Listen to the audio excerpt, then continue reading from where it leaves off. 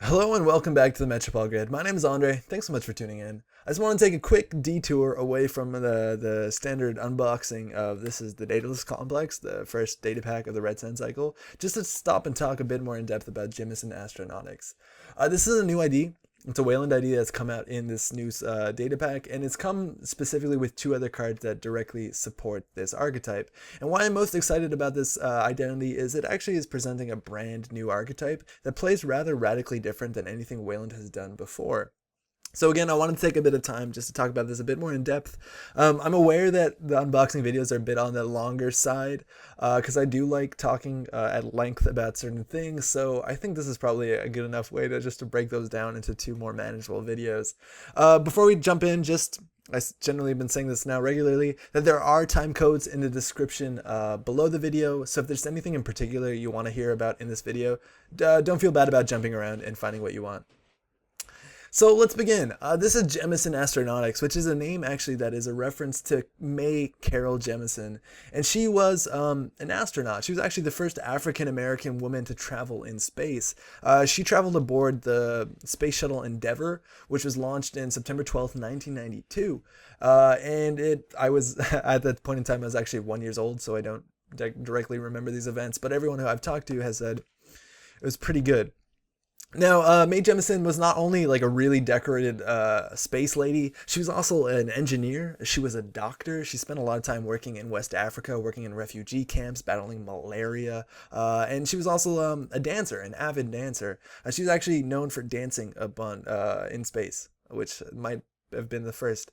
Not only that, find this really funny, but she was also an actress, and she acted on Star Trek, which I find absolutely hilarious how like the career trajectory goes from being in space to pretending you're being in space. But she apparently did a really good job at that too. So this is Jemison took the namesake, and I kind of really like when FFG does that and names after historical figures, and it adds a lot of it connects the FFG Android world or the Android world to our world in a near future way, and I'm a big fan of that. So this is Jemison Astronautics with the subtitle Sacrifice, Audacity, Success. And those words are going to make a lot of sense when you understand what this ability does. Firstly, it's a 4515, so standard deck size, standard influence, and its identity reads as such. Whenever you forfeit an agenda, place one advancement token on a card and one additional token for each agenda point that agenda was worth. So basically, forfeit an agenda, get some tokens for it. It took me a bit of a while to grok the math on it. It's not particularly complex, but basically anytime you forfeit an agenda, what's the agenda worth? That plus one, and plus one. So you forfeit a hostile takeover, get 2 advancement tokens on a card. Is that good? I think yes. I think inherently that's a pretty strong ability. It depends on a lot of the cards that support it, but I think it's easy to understand why getting 2 advancement counters for no clicks, hopefully if you're forfeiting an agenda in some way, is really strong because it lets you fast advance agendas that other fast advance archetypes are not allowed to do with simple things like Biotic Labor or Sans Entity Grid. And the 2 advancement tokens for no clicks, that's the minimum. I think that's currently sacrificing a hostile takeover. Yes, you are forfeiting an agenda, but that's a lot of advancement tokens at once. So the question remains, what can you do with advancement tokens? And there's 3 things currently in this game, I believe, that you can use advancement tokens on. And the first is agendas. Agendas are really important to look at for 2 reasons. Firstly, the ones that you can fast advance, what does that do for you? But also you have to be sacrificing agendas. So this is Hostile Takeover, which I think currently is one of the best cards you can possibly put in this deck. This is a card that you can immediately score out of hand even as soon as turn 1. And once you have that, you have basically something that you can forfeit that will let you fast advance a 3-2 or a 4-2 agenda. Just to jump back and go over how the math works. With Jemison's ability alone, if you have a Hostile Takeover scored, which is a 1-point agenda, it's worth 1 point here. If you install a 2-point agenda, let's just take an agenda for example. Let's just look at a Project Atlas, which is a nice 3-2 agenda. So if you have the Hostile Takeover scored, you install your Project Atlas, you advance it, and then hopefully without taking a click, you have an ability that lets you forfeit an agenda. You forfeit the Hostile Takeover and you get 2 advancement tokens and you put that on the Project Alice, giving it 4 advancement tokens, allowing you to score it, and letting you fast advance in Project Alice, let alone a Project Alice that's over advanced that has a counter on it that lets you tutor. And then you can, in theory, tutor that for your next forfeit piece or your next agenda you want to chain this into. And yes, you have forfeited a 1-pointer to score a 2-pointer, so maybe 1 step forward, 1 step back, 2 steps forward, but you also scored an agenda with a really good ability on it. And let alone the hostile takeover also had a really good ability on it too when it was scored. For those reasons, I think you have to be pretty choosy with what agendas you put in this sort of deck, because you want the kind of agendas that give you good when scored abilities, or good abilities that are good for a bit, and then you can forfeit the agenda once it's doing nothing for you to score a bigger, better agenda that, again, hopefully does something good when scored. So just quickly going through the list of the neutral and Weyland agendas, this is what we have. These are in fact all of them, and I'm going to highlight a bit of the ones that I think that are good. Hostile Takeover is excellent. It's a 1-point agenda that basically lets you start using your Jemison ability out of the gate, and that's really good. Priority Requisition is cool because if you score it as a 3-pointer, it does something, and I don't know whether you're going to be forfeiting 3-point agendas, but that's the sort of agenda you want. Something that does something good when scored, and yeah, it's not a global food initiative is what I'm trying to say. Project Alice is also super good because it gives you a tutorable ability, which lets you build these multi-card combos, which probably are going to be a big part of this whole deck archetype. Government Takeover is also really good, gives you an ability that you can use. We'll talk about False Lead in the future. Corporate Wear is okay. Geothermal is also a really good candidate because when you score it, you can use the 2 counters to make 14 and then next turn forfeit it. Bad pub stacking is probably not great, but it's something. Profiteering again, free money, forfeit that later. And a PD contract is probably an example of an agenda that I think is bad in this sort of archetype. Just because when you score this, nothing happens, and you're probably going to end up forfeiting this. Depending on your deck, you might end up forfeiting this for a 3-point agenda, let alone there's going to be some strong anti-synergy with this bad pub thing if you are running Hostile Takeover. Eden Fragment and all these like source agendas are a good example of, I think, a good agenda for this sort of archetype because it has the good ability when scored. Same with Hades Fragment. And just to round this up, Utopia Fragment we'll talk about more in particular, but this is exciting. I think High Risk Investment is probably the best 3-pointer you could possibly score because when you score this, it gives you a whole bunch of money. You probably don't have to worry about any more money for the rest of the game. And I think that's largely it. Vanity Project actually is interesting because you can consider fast advancing a 4-point agenda, which is sizable. And just to give you an example, actually there's more here, right? Global Food Initiative, not the good kind of agenda I think you want to be fast advancing because when you score it, nothing happens. While Corporate Sales Team is super good because while you score it, you start getting money until it's done and then you can choose to forfeit it. Mergers might be okay. And that's basically it. Don't look at these cards, they're not out yet. I think that's really important, understanding which agendas that you have to build out of your agenda density. You have to put together agendas in a deck that kind of benefit each other. And I think you also might want to consider running agendas of many different values in terms of their agenda worth. Because it's like pretty easy to transform a hostile, a 1-pointer into a 2-pointer, and then transform this 2-pointer back into a 3-pointer. And yes, you're only getting 1 agenda point per turn, but if the abilities are good, that might be worth doing something. Or might be worth pursuing. Those are the agendas, but I think agendas are just the tip of what you can do with the Jemison Astronautics. Yes, it's the way that you'll probably win the game, but there's some other things you can advance in Netrunner. The other things you can advance, one of them is ice. So the idea is that if you do are able to forfeit an agenda at any point in time, you can start throwing advancement tokens on pieces of ice. And these are currently all the advanceable ice. And while I do not think, or not entirely, there are some false positives here, but while I do think, I don't think using your ability by forfeiting an agenda is that good on ice. I do think there are some cases in which it could be necessary in like really edge cases. So firstly, I think those edge cases are mostly when helping with these ice, like these space ice specifically, that if you forfeit agenda, you get to put counters on here, so maybe you can afford to res them. I guess the runner could be running when they assume that, oh, you have no money, so maybe you can't advance your nebula, or you can't res your nebula, and then you forfeit an agenda mid-run, and you get to put 2 counters, 3 counters on here maybe, and now you can afford to res it, and maybe trashing a program is all you need against a criminal that doesn't have recursion. That could be something, as unimpressive as that might sound. Even maybe putting a bunch of counters on a Mouseless, just so that it actually ends the run at some point. That also might be worth doing. Again, that's a pretty stark, it's a pretty steep cost to for forfeiting agenda, just making your ice a bit bigger. But sometimes it might be necessary, and I don't think it's something that should be ruled out entirely. You can also add strength to ice, which is largely underwhelming. I think there's a hilarious like non-bow with cards like these morph ice, because if you do sacrifice a hostile takeover with Jemison, you have to put 2 tokens on it. This second part doesn't say may. You actually have to do it. So the morphing ice changes back from sentry to code gate and then immediately back to sentry. And it's not like you can surprise a runner mid-run by a change of a sudden change of like subtype on the ice, unless you're like sacrificing a 2-point agenda, which seems like too sizable of a cost to consider. That's ice. Now, I don't think ice is really a compelling way to do it. I still think agendas are better, but I think actually assets might be really cool. So this is what you do. You have an unadvanced card on the table in a remote server, and the runner runs it because they need to trash it if it's like an Oberth or some of the other cards we'll be talking about in a minute. But the runner runs it, and what you do is right before they choose to access, you look at them in the eyes and you ask, would you like to access this card? They will probably respond yes. Also, I appreciate your formality with the timing structure. And at that point, they have committed to accessing the card, and you now can pay. You can do paid ability window stuff. So at that point, as long as you have an ability that lets you forfeit an agenda, maybe on another card, something like that, you can start to forfeit an agenda. Say you forfeit this helium deposit, whatever, a 2-point agenda, and that puts 3 counters on a card that the runner has now committed to accessing.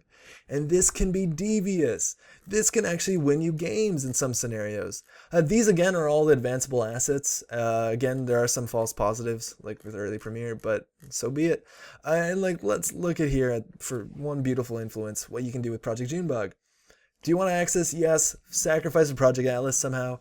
Put 3 counters on this. It does 6 net damage. You've won the game. There are a bunch of other flavors to doing this, like Shattered Remains could be good for trashing programs, Thomas Haas getting you money, that's probably not worth forfeiting agenda for.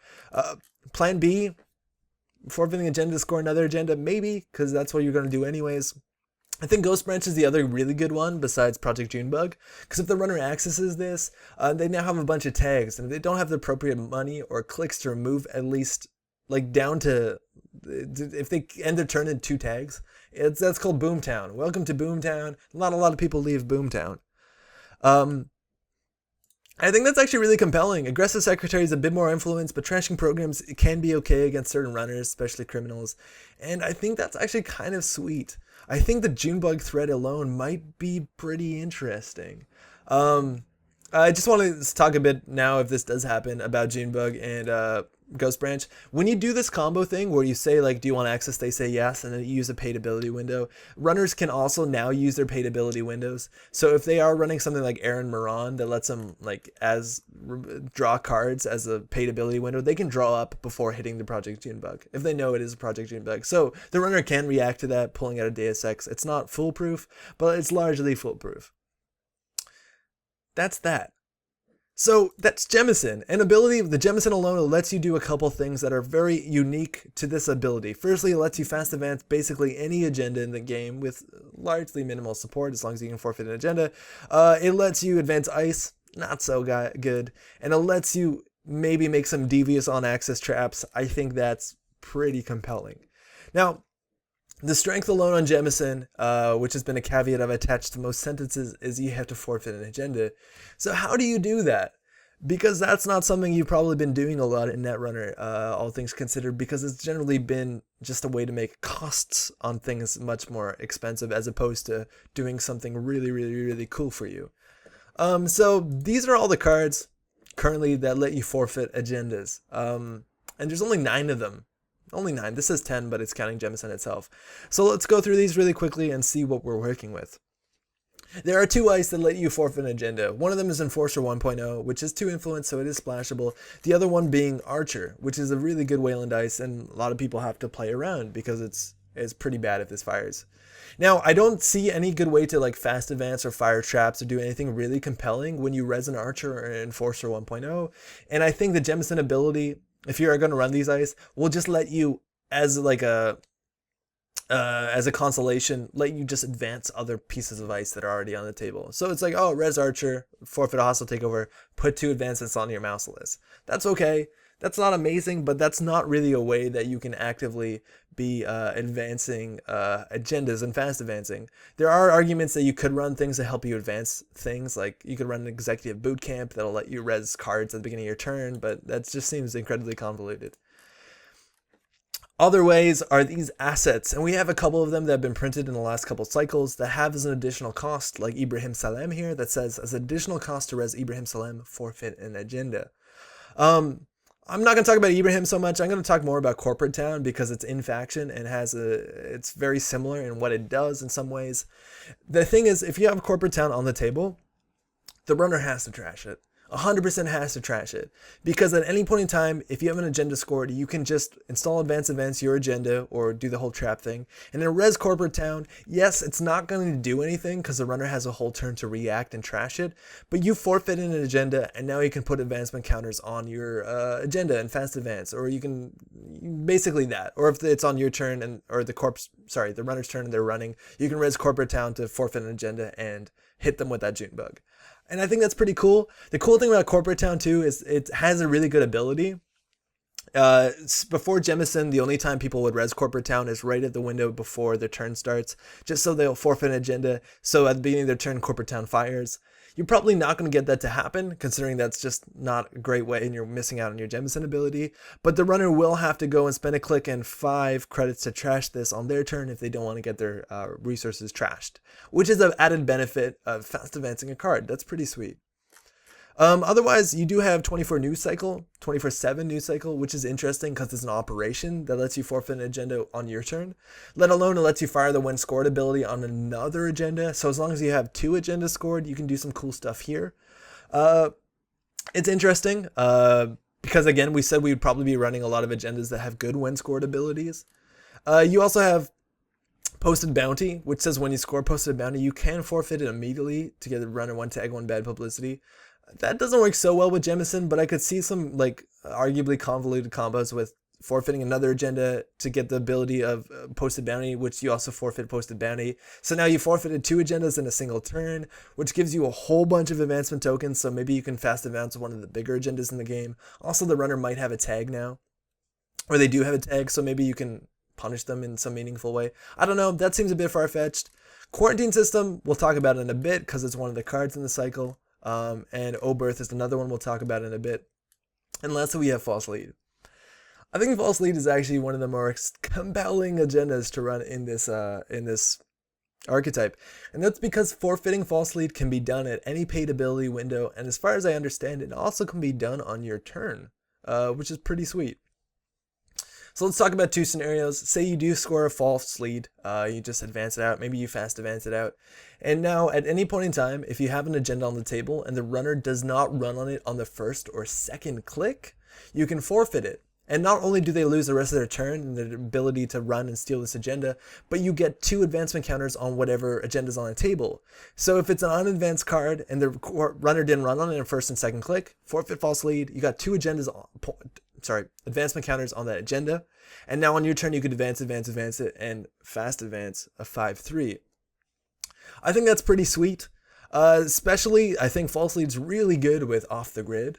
I've been playing a bunch of Off the Grid, Crisium Grid combo decks right now, and the ability with Crisium Grid, it says the run on HQ is not considered successful, so you have to run HQ twice and then run your remote server that has Off the Grid in it, which means if you're running False Lead, you're 100% going to make sure not only do you get a lot of advancements on an agenda in your Off the Grid server, but you're going to 100% make sure they'll never be able to steal it, just because there is no way to trash Crisium and run HQ twice without running HQ twice.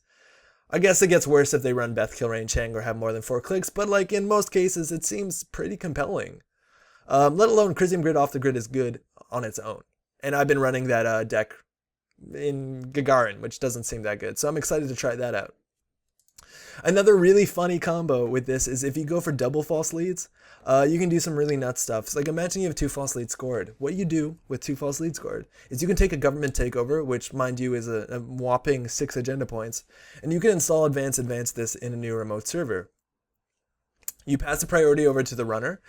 Before the runner is able to take the first click, you forfeit both false leads. So now they've lost their entire turn, let alone you've got 4 advancement tokens on your government takeover, taking it to 6 advancement tokens.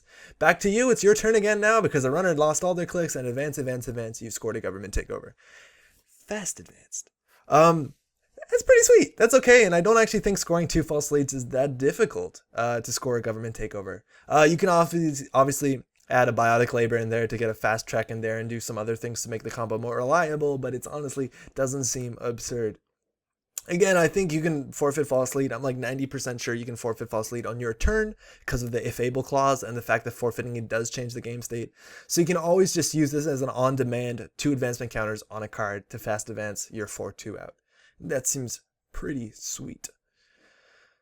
All right, so those are all the ways currently we have in the game to forfeit agendas besides the next 2 cards that we're going to talk about. Wow, what a bad segue. Let's just talk about those cards. This is Oberth Protocol. Man, I didn't look up Oberth. Oh, shit. I'm going to put like a thing on the bottom that says what Oberth means. I'll look it up. Oh, man, I goofed that. But it's an upgrade, and I think this is the card that most people are going to build their Jemison decks around.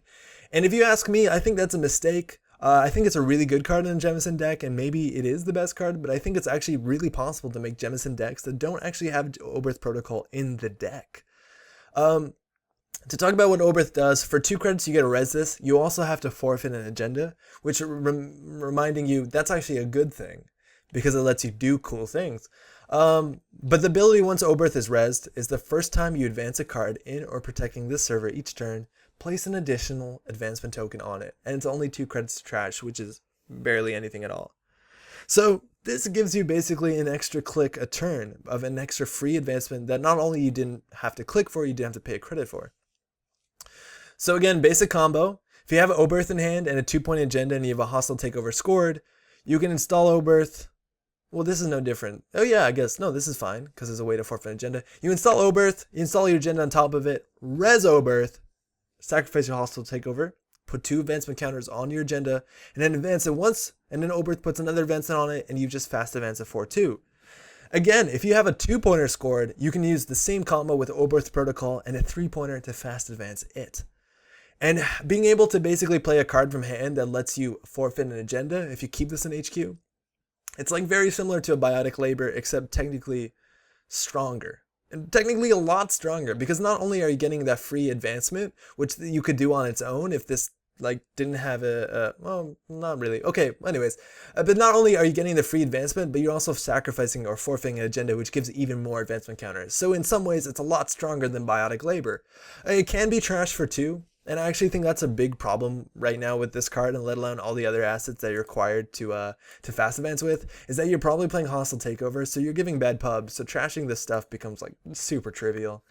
But not only that, is if Oberth Protocol is on the table, the runner has to trash it.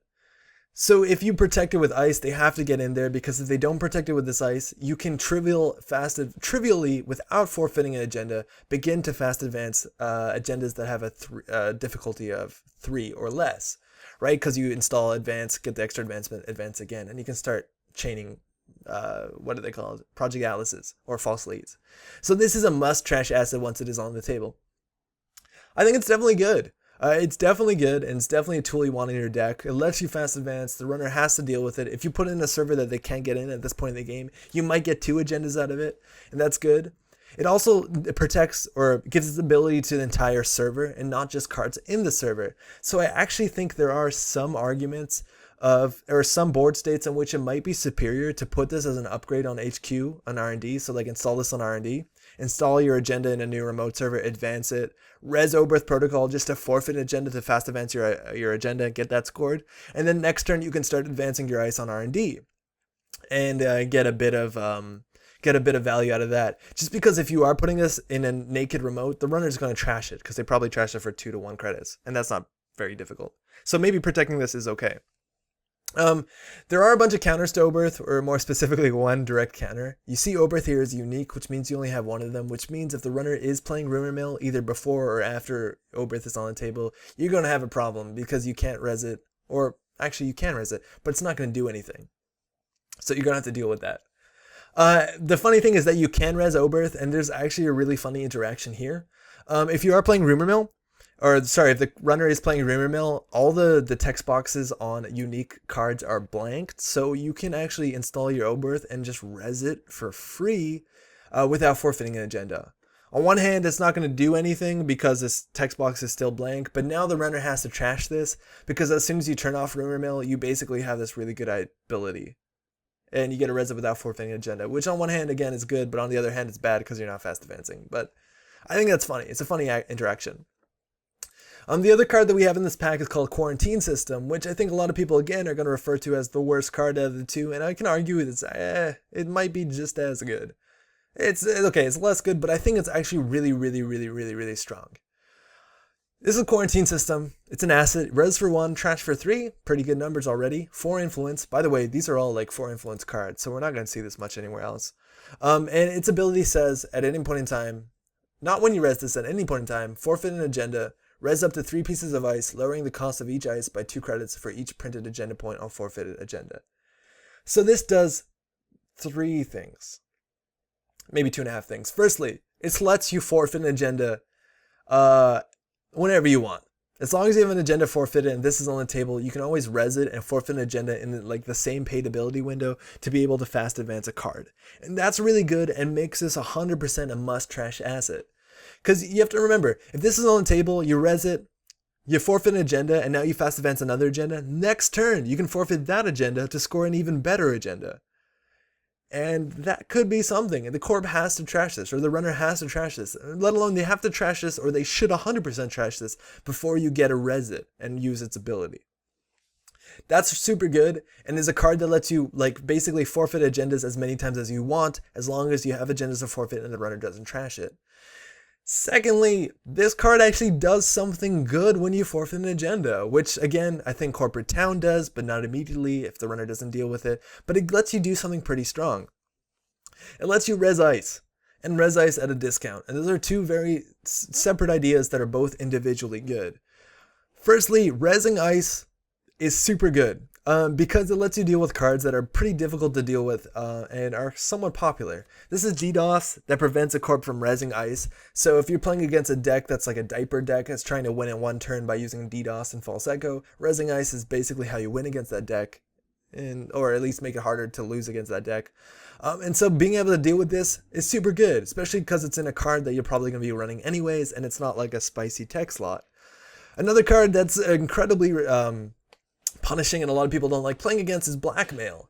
And while you are going to be giving out bad pub if you're scoring hostile takeover, this gives you a way to res ice, so Blackmail is not as good as it could be, or in fact might be even useless if you get to res a whole bunch of ice with this. There are different ways in Weyland. You can run like Elizabeth Mills to get rid of bad pub, but I think the fact that Quarantine System lets you fast advance agendas while also resing ice, let alone at a discount, is super good. And the fact that you're fighting off Blackmail and DDoS is just, it's great too. I don't think you'd play this card in another deck that's not Jemison just to be able to res cards out of turn, because Weyland can do that, or get rid of bad pub, or not get rid of bad pub, but basically combat Blackmail, because Weyland can do that. But in Jemison, that's pretty sweet. Now, the other thing is that you are saving a bunch of money on this. This is basically, it looks like a card that says, okay, you can fast advance. Also, you just saved 6 to 12 to, what's 6 to 12 to 18 credits resing ice. And that's kind of a problem, is if you want to spend a lot of time and money fast advancing, those are card slots that you would be taking with economy, and then you feel like you can't run expensive ice. And yeah, it is a bit of a best case scenario, but if this fires and you can res only 2 pieces of ice, saving by 2 to 4 credits each, that's dope. That's really good. That's basically, it's putting you ahead in 2 ways. You scored an agenda, they have to trash this. Also, you've just resed the 6 strength ice in front of it that you couldn't afford normally, or you've got ice res on HQ. And that's dope. That's really good. It is a bit unfortunate, I think, actually, in this meta, if you are resing ice, it's okay. Maybe I'm a bit, maybe I oversold that. Resing ice is good because it saves you money, but in some ways it's also bad, just because of Weyland's ice, a lot of it isn't punishing on a face check. Actually, maybe, I don't know. The thing is, with ice res, runners can make like educated decisions, so they can know what programs they need to break through what piece of ice. They're not going to be hit by like really bad face checks or things like, I don't know, Nebula or Veritas. So they're going to avoid that so much. But I still think this card is very exciting for just the ability to constantly forfeit agendas and or res stuff. Cool. That's largely that. So those are the cards that came in this pack, and I think they work really well together, and I'm really excited about that. Are there other cards in the Weyland card pool that help with this archetype? And I think there are. You can always run Biotic Labor, Sands and City Grid to help fast advance, but you also have access to Mumbad Construction Company. This does let you fast advance cards. It's only face-up agendas, which I don't think are particularly exciting in Jemison. I guess you could run some of the face-up agendas and like fast advance as much as possible, and then like use your last click to get the good ability from the public agendas. I don't think that's that great, but this is technically another fast advance card. Yeah, I don't know. Otherwise, you do have Trick of Light, which is super good. It's 3 influence, which is less than both Biotic and Sands and City Grid, and it lets you basically convert your advanceable ice, which is something you might be doing with Oberth if you put it on a central server, and it lets you fast advance out things. It's 2 advancement tokens for 1 click. That's obviously good, and it just opens up your ability to fast advance basically anything. And I think with this deck, you want to be able to get out 1-point agendas or 2-point agendas as soon as possible. And Trick of Light does help with that, just so that you can eventually forfeit those, either to do the cool Junebug stuff or just to be able to fast advance 3 or 4 pointers and so forth and so forth. Excellent.